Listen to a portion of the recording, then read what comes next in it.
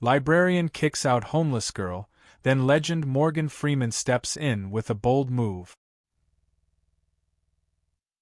When a heartless, racist librarian cruelly threw a homeless young girl out of the library, she had no idea that Morgan Freeman was watching from his reading room.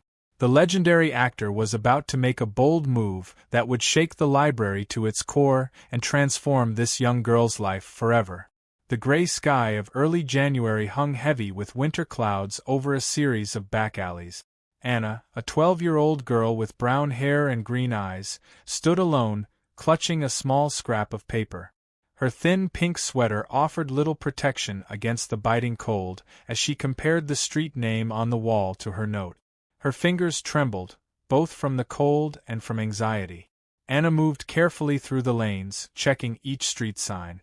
The late afternoon light continued to fade, casting long shadows between the buildings. She found a street with the matching name but realized that multiple lanes were branching off. Her frustration mounted as she checked each one, aware that time was slipping away and darkness was approaching. Come on, Anna muttered to herself, her breath visible in the cold air. She squinted at the fading light, trying to make out the street signs. Her heart raced with each dead end, each wrong turn. The alleyways seemed to close in around her, the brick walls growing taller and more imposing with each passing minute. Finally, after what felt like hours of searching, Anna located a black wooden door that matched the scribbled address on her paper. She saw the light was on inside the window. The surrounding brick walls loomed tall, making Anna feel even smaller. She hesitated, then gathered her courage, thinking of her mother. "Mama," she whispered, her voice barely audible. "I'm going to find you. I promise." With a deep breath, Anna raised her hand and knocked on the door. Her knuckles rapped against the cold wood, the sound echoing in the empty alley. For a moment there was only silence, then a small window in the door slid open, revealing a man's weathered face. His eyes narrowed as he took in the sight of the young girl standing alone. "What do you want?" he asked gruffly, his voice rough with suspicion. Anna swallowed hard, her throat dry with nervousness. "Please," she said in broken English, "is my mother here? A man gave me this address. He said I could find anything here." The shopkeeper's eyes flickered with recognition at the handwriting on her paper, but his face remained carefully neutral. He closed the small window, opened the door slightly, and stepped out a few steps. "Look, young girl, I don't know where your mother is. This is my shop," he said, his voice low and measured. "You can call it my side job. I sell secondhand items for people on the street." His tone was flat as he continued, "I have anything you need, basic necessities. You can pay with whatever you have." Anna peered inside, trying to see past the man's broad shoulders. The shop's interior behind him was dimly lit, filled with miscellaneous items stacked haphazardly on shelves and tables. The smell of dust and old fabric wafted into the alley. Cold and desperate, Anna considered her options while clutching the last of her mother's money in her pocket. The weight of the coins felt heavy, a reminder of how little she had left.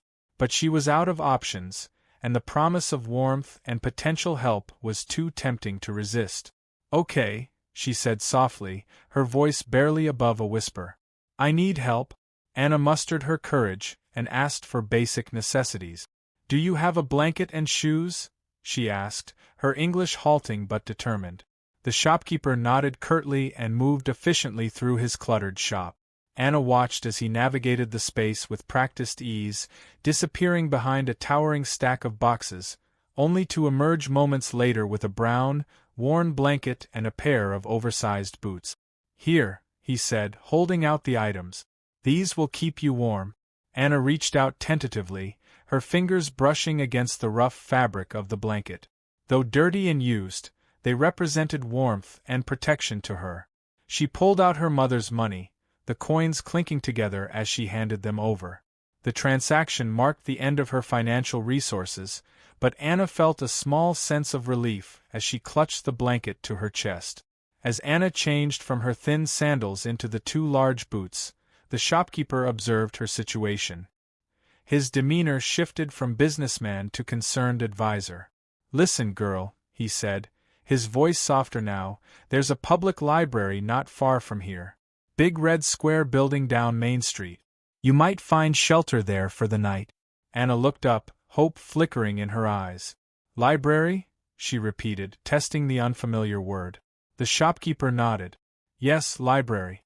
It's getting dark and snowy soon. If you want to be safe, and live another day to find your mother, you better hurry. His voice dropped lower as he continued, teaching Anna a specific phrase about public library access right. If you get caught, just say this. The public library is open and can be freely accessed by anyone, regardless of where they come from or their immigration status. Legally, you understand? Get those words into your brain and memorize them exactly. Anna nodded, repeating the phrase under her breath. The shopkeeper's instructions about sneaking in and staying quiet carried the weight of experience. He'd helped others before. But why? Anna asked, curiosity overcoming her shyness.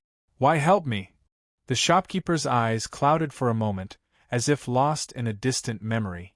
Because once, long ago, someone helped me when I had nothing. Sometimes, that's all it takes to change a life. His words hung in the air, heavy with unspoken meaning. Anna felt a lump form in her throat, touched by this unexpected kindness from a stranger. Before closing his door, the shopkeeper asked, Have you lost your mother? Anna's eyes welled up with tears.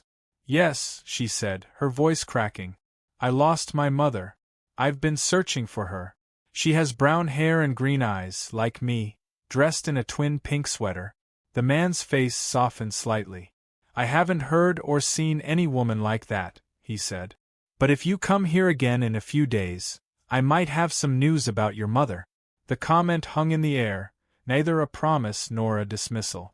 As Anna adjusted her new blanket around her shoulders, the shopkeeper reached out, patting her shoulder awkwardly but kindly. Be careful out there, girl, he said. The streets can be dangerous, especially for someone your age. Keep your wits about you, and don't trust too easily. Anna nodded, grateful for the advice and the unexpected kindness. As she turned to leave, the shopkeeper called out one last time, and girl, he said, his voice gruff once more, if you don't find what you're looking for, remember there are good people in this world. Don't lose hope.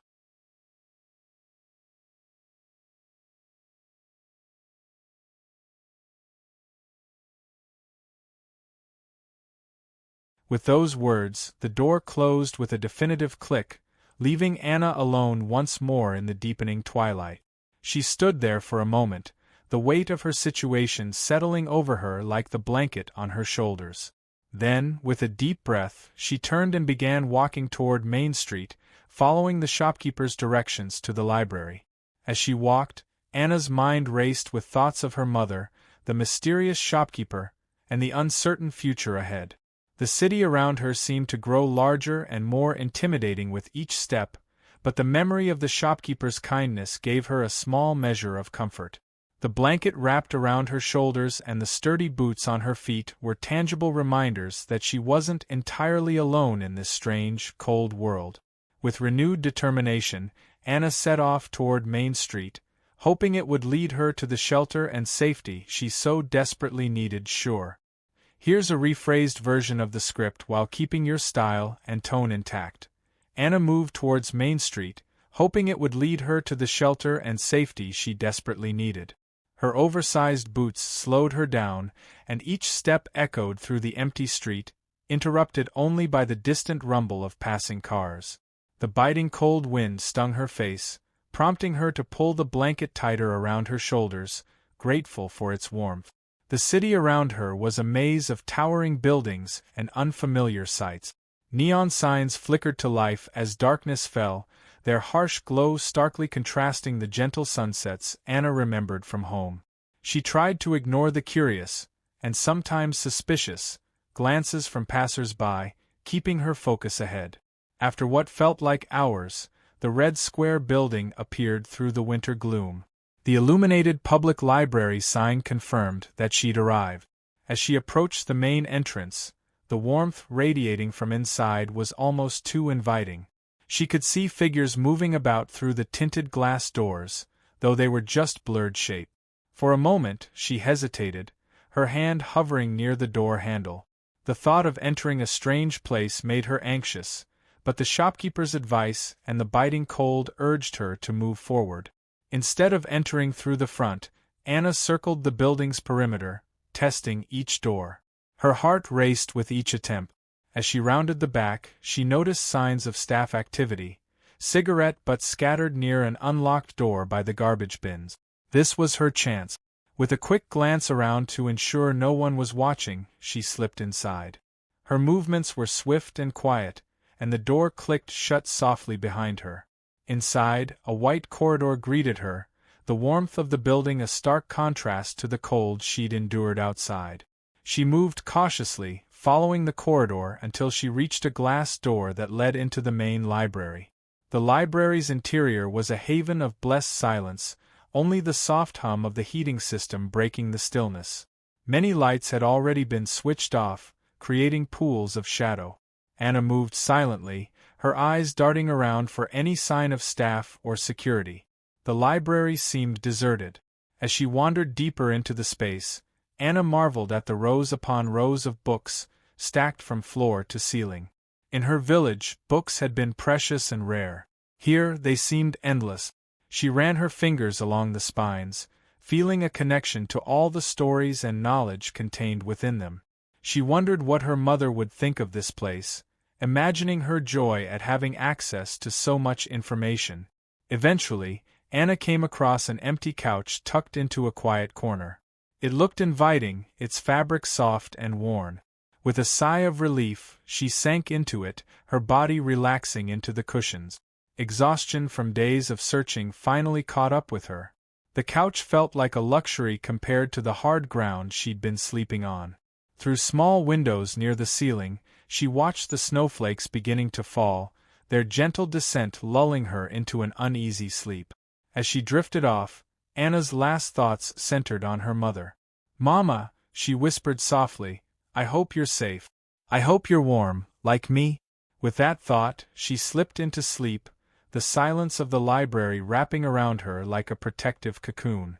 Anna moved towards Main Street, hoping it would lead her to the shelter and safety she desperately needed.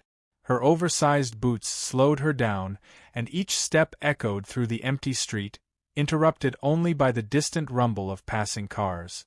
The biting cold wind stung her face, prompting her to pull the blanket tighter around her shoulders, grateful for its warmth. The city around her was a maze of towering buildings and unfamiliar sights. Neon signs flickered to life as darkness fell, their harsh glow starkly contrasting the gentle sunsets Anna remembered from home. She tried to ignore the curious, and sometimes suspicious, glances from passers-by, keeping her focus ahead. After what felt like hours, the red square building appeared through the winter gloom. The illuminated public library sign confirmed that she'd arrived. As she approached the main entrance, the warmth radiating from inside was almost too inviting. She could see figures moving about through the tinted glass doors, though they were just blurred shape. For a moment, she hesitated, her hand hovering near the door handle. The thought of entering a strange place made her anxious, but the shopkeeper's advice and the biting cold urged her to move forward. Instead of entering through the front, Anna circled the building's perimeter, testing each door. Her heart raced with each attempt. As she rounded the back, she noticed signs of staff activity, cigarette butts scattered near an unlocked door by the garbage bins. This was her chance. With a quick glance around to ensure no one was watching, she slipped inside. Her movements were swift and quiet, and the door clicked shut softly behind her. Inside, a white corridor greeted her, the warmth of the building a stark contrast to the cold she'd endured outside. She moved cautiously, following the corridor until she reached a glass door that led into the main library. The library's interior was a haven of blessed silence, only the soft hum of the heating system breaking the stillness. Many lights had already been switched off, creating pools of shadow. Anna moved silently, her eyes darting around for any sign of staff or security. The library seemed deserted. As she wandered deeper into the space, Anna marveled at the rows upon rows of books, stacked from floor to ceiling. In her village, books had been precious and rare. Here, they seemed endless. She ran her fingers along the spines, feeling a connection to all the stories and knowledge contained within them. She wondered what her mother would think of this place, imagining her joy at having access to so much information. Eventually, Anna came across an empty couch tucked into a quiet corner. It looked inviting, its fabric soft and worn. With a sigh of relief, she sank into it, her body relaxing into the cushions. Exhaustion from days of searching finally caught up with her. The couch felt like a luxury compared to the hard ground she'd been sleeping on. Through small windows near the ceiling, she watched the snowflakes beginning to fall, their gentle descent lulling her into an uneasy sleep. As she drifted off, Anna's last thoughts centered on her mother. "Mama," she whispered softly, "I hope you're safe. I hope you're warm, like me." With that thought, she slipped into sleep, the silence of the library wrapping around her like a protective cocoon. She woke with a gasp, sputtering and disoriented. Her pink sweater, blanket, and boots were now heavy with water, clinging uncomfortably to her skin. The library's bright lights had been switched on, temporarily blinding her as her vision cleared. Anna found Claire Whitman standing over her, an empty bucket in hand, with a security guard at her side. The man who had shown her kindness was nowhere to be seen, and Anna's heart sank as she realized her brief moment of safety had vanished. Before she could fully orient herself, Claire launched into a vicious tirade. "I told you what would happen if I saw you again," she shouted, her voice echoing in the empty library. "You filthy little vagrant." Claire's words dripped with venom as she continued, "I'm calling the police right now. You immigrants are ruining America, you're the filth of society, wasting our resources, spoiling our land." Anna tried to stand, but the waterlogged clothes and boots made it difficult to move. She slipped, falling to the floor, which prompted cruel laughter from Claire and the guard. "Look at her," Claire sneered. "Can't even stand up straight. You should have stayed where you came from." The security guard roughly grabbed Anna's arm, shoving her shoulder and the back of her head to force her movement. The physical manhandling added humiliation to her already distressing situation. Anna's eyes filled with tears as fear and frustration overwhelmed her. "Please," Anna begged, her voice trembling. "I have nowhere to go. My mother—" But Claire cut her off. "I don't care about your mother or your sob story. This is America, not a charity for every immigrant who decides to sneak in," she sneered. "You're just a drain on society, spoiling everything." The guard tightened his grip on Anna's arm, causing her to wince in pain. "Come on, kid," he growled. "Time to go." Anna's mind raced, trying to remember the words the shopkeeper had taught her about library access rights. But in her panic, the words seemed to slip away, leaving her defenseless against Claire's onslaught. "You people come here thinking you can just take whatever you want," Claire continued, her face red with anger. "Well, not in this library, not on my watch." Anna's clothes dripped water onto the floor, forming a small puddle around her feet. She shivered, both from the cold and from fear. The library that had seemed like a sanctuary hours ago now felt like a hostile, alien place. "Where is the man?" Anna asked desperately, looking around for the kind stranger who had watched over her. "He said I could stay." Claire laughed harshly. "There was no man here, you little liar. Just you, trespassing, probably planning to steal our books." The accusation stung Anna deeply. She had never stolen anything in her life. Her mother had always taught her the importance of honesty, even in hardship. The injustice of the situation overwhelmed her, and she began to cry in earnest. "Stop that sniveling," Claire snapped. "It won't work on me. I've seen your type before, always playing the victim." The security guard began to drag Anna toward the exit, her wet boots squeaking on the polished floor. She struggled weakly, but she was no match for his strength. Just as the situation seemed darkest, a familiar voice cut through the chaos. "Stop this immediately." The authoritative command came from Morgan Freeman, who had emerged from his reading room. Claire's demeanor transformed instantly. Her aggressive stance melted into fawning politeness as she recognized him. Mr. Freeman, she exclaimed, her voice suddenly sweet. I didn't realize you were here. You know how much we value our exclusive guests and big donators like yourself? The guard hesitated, caught between Claire's orders and Freeman's intervention. Anna looked between them, confusion and hope warring on her face. In that moment of hesitation, Anna saw a chance. With a sudden burst of energy, she wrenched her arm free from the guard's grasp and ran toward Freeman, seeking protection from the only person who had shown her kindness. Freeman's eyes narrowed as he took in the scene before him. Anna, soaked and shivering, clinging to his side. Claire, her face a mask of false politeness, and the security guard, looking uncertain and uncomfortable. Would someone care to explain what's going on here?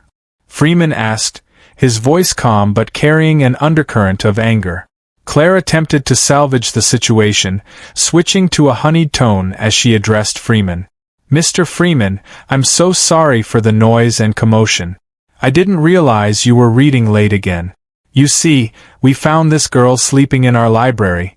She gestured dismissively at Anna, potentially stealing books and disturbing the peace. Freeman raised an eyebrow skeptically. Disturbing the peace? He asked. The library is empty. The guard interjected. There are still people in the common area, sir.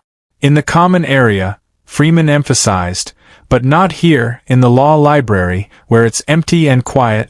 His calm demeanor hardened. And I fail to see how a sleeping child could disturb anyone's peace. Claire's desperation showed as she argued, but Mr. Freeman, you must understand, the law library section is reserved for important people. Educators, lawyers, and judges. It's not a place for sleeping, and certainly not a place for the homeless. Her voice carried thinly veiled contempt as she described Anna as dirty and homeless, suggesting she might damage the valuable books. Freeman's expression darkened. A few hours of sleep and shelter for a little girl from the snowstorm outside won't hurt the other important people's honor, he said sarcastically. And I'd argue that showing compassion is far more important than any book in this building. He turned to address Claire directly. I heard your earlier comments, the racial slurs, the cruel words. Do you realize how far your voice carried?